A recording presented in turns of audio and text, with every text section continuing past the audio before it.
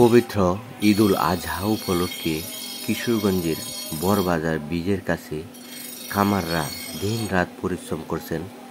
দা, বটি, ছুরি এসব ধার দিতে এবং নতুন বিক্রি করার জন্য তারা ব্যস্ত। তারা দিন রাত কাজ করে যাচ্ছে।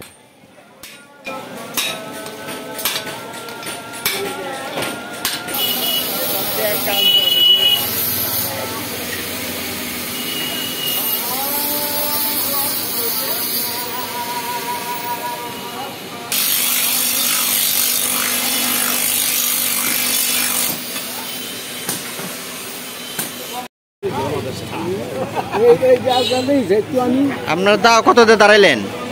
এটা নিয়েছিলাম দাওটা দাঁড়ানোর জন্য।